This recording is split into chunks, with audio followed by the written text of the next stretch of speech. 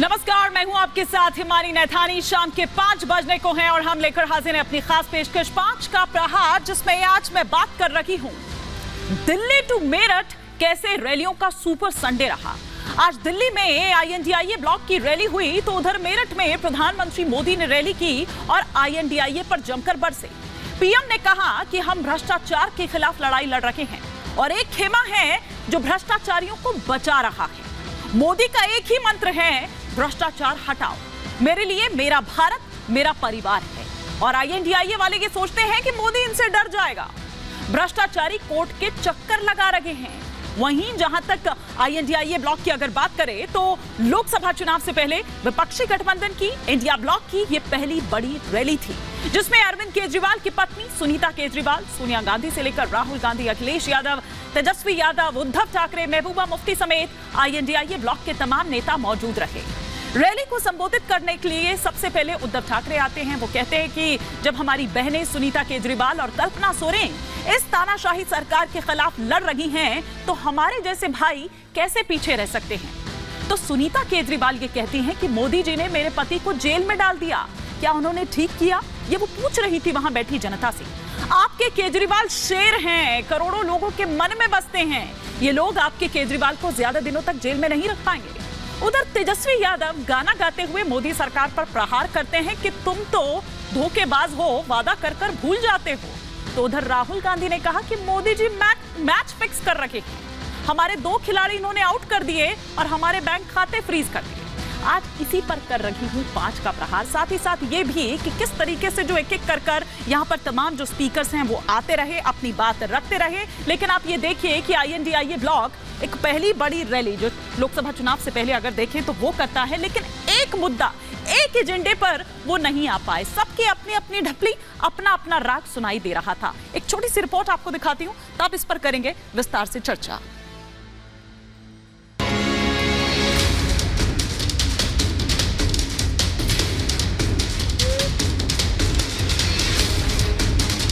केजरीवाल की गिरफ्तारी ने बिखरते विपक्ष को फिर से एकजुट कर दिया है। विपक्ष को यह एहसास हो चला है कि अगला नंबर किसी का भी हो सकता है। लिहाजा आज दिल्ली के रामलीला मैदान से आईएनडीआईए ने महारैली का आयोजन किया।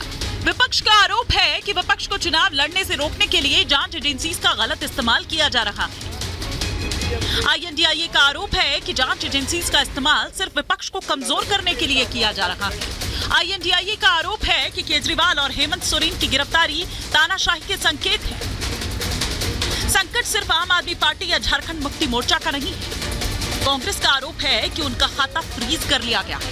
रामलीला मैदान में राहुल गांधी का दर्द एक बार फिर से छलक उठा। आप चाहते हो कि विपक्ष चुनाव ना लड़ पाए और इसीलिए आपने कांग्रेस पार्टी के बैंक अकाउंट रद्द किए।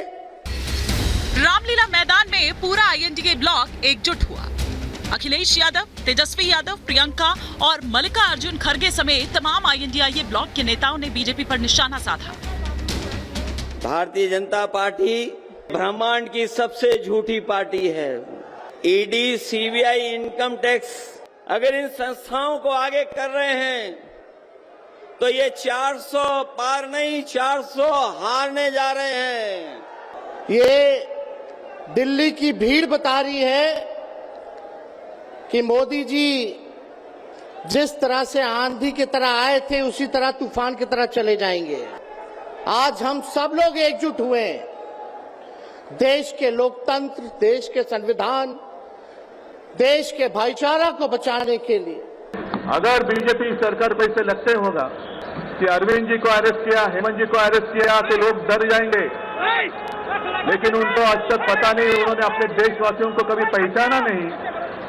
मेरे भारत का हर कोई डरने वाला नहीं, लड़ने वाला है। इतना ही नहीं, दिल्ली के मुख्यमंत्री की पत्नी सुनीता केजरीवाल ने भी आईएनडीआईए ब्लॉक की रैली में केजरीवाल के संदेश को पढ़कर सुनाया।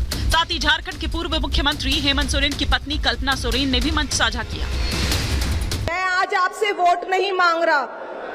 आज मैं देश के 140 करोड़ लोगों को एक बड़ा भारत बनाने के लिए सहयोग मांगता हूं। 140 करोड़ भारतवासियों को एक नया भारत बनाने के लिए आमंत्रित करता हूं। आप जनता जनार्दन है, आप महाअदालत है, आपसे ज्यादा ताकतवर कोई नहीं हो सकता है। यहाँ इंडिया गठबंधन को इतना मजबूत कीजिएगा कि आमने सामने खड़ी तानाशाह ताकत को यहाँ से उखाड़ फेंकना है। इधर बीजेपी ने INDIA की रैली पर जमकर निशाना साधा। बीजेपी नेता रविशंकर प्रसाद ने कहा कि जो कल तक ईमानदारी का चोला पहनकर भ्रष्टाचार की बात कर रहे थे, आज वो जेल से सरकार चलाने की मांग कर रहे हैं। बीजेपी नेता RP सिंह ने कहा कि ये भ्रष्टाचारियों की बारात है, इनका दूल्हा और सहबाला दोनों ही जेल में हैं, इसीलिए ये हल्ला हो रहा है। कौन लोग जुटने वाले हैं? जो भ्रष्टाचार में आरोपी हैं, जो जनता के पैसे के लूट में जेल में हैं, जो ईमानदारी का चोंगा पहन के देश में नई राजनीति करने की बात करते थे, वह जेल से सरकार चलाने की बात कर रहे हैं। ये रैली नहीं है, भ्रष्टाचारियों की बारात है और उसमें एक दूल्हा उनका ईडी की कस्टडी में है, दूसरा दूल्हा भी एक सरबाला भी ईडी की कस्टडी में है, इसलिए सब हल्ला है। दूसरी तरफ मेरठ से आज प्रधानमंत्री मोदी ने 24 की हैट्रिक के लिए हुंकार भर दी। मंच से पीएम मोदी ने विरोधियों को करारा जवाब दिया। मोदी के मंच पर मुख्यमंत्री योगी, जयंत चौधरी समेत बीजेपी के तमाम दिग्गज नेता मौजूद रहे। वो कहते हैं भ्रष्टाचारी बचाओ। ये चुनाव इन दो खेमों की लड़ाई है। एक खेमा एनडीए का, जो भ्रष्टाचार हटाने के लिए मैदान में है। दूसरा वो खेमा जो भ्रष्टाचारियों को बचाने के लिए मैदान में है। फैसला आपको करना है। पूरा का पूरा विपक्ष आज एकजुट होता नजर आया। तो क्या आम आदमी पार्टी की आपदा विपक्ष के लिए अवसर बन जाएगी? क्या राहुल की तरफ से दिया गया बयान एक बार फिर INDIA को डेंट देने वाला है? देश की सबसे बड़ी लोकतंत्र पर एक बार फिर राहुल गांधी ने सवाल खड़े कर दिए। हालांकि ऊंट किस करवट बैठता है, इसका फैसला तो 4 जून को ही हो पाएगा।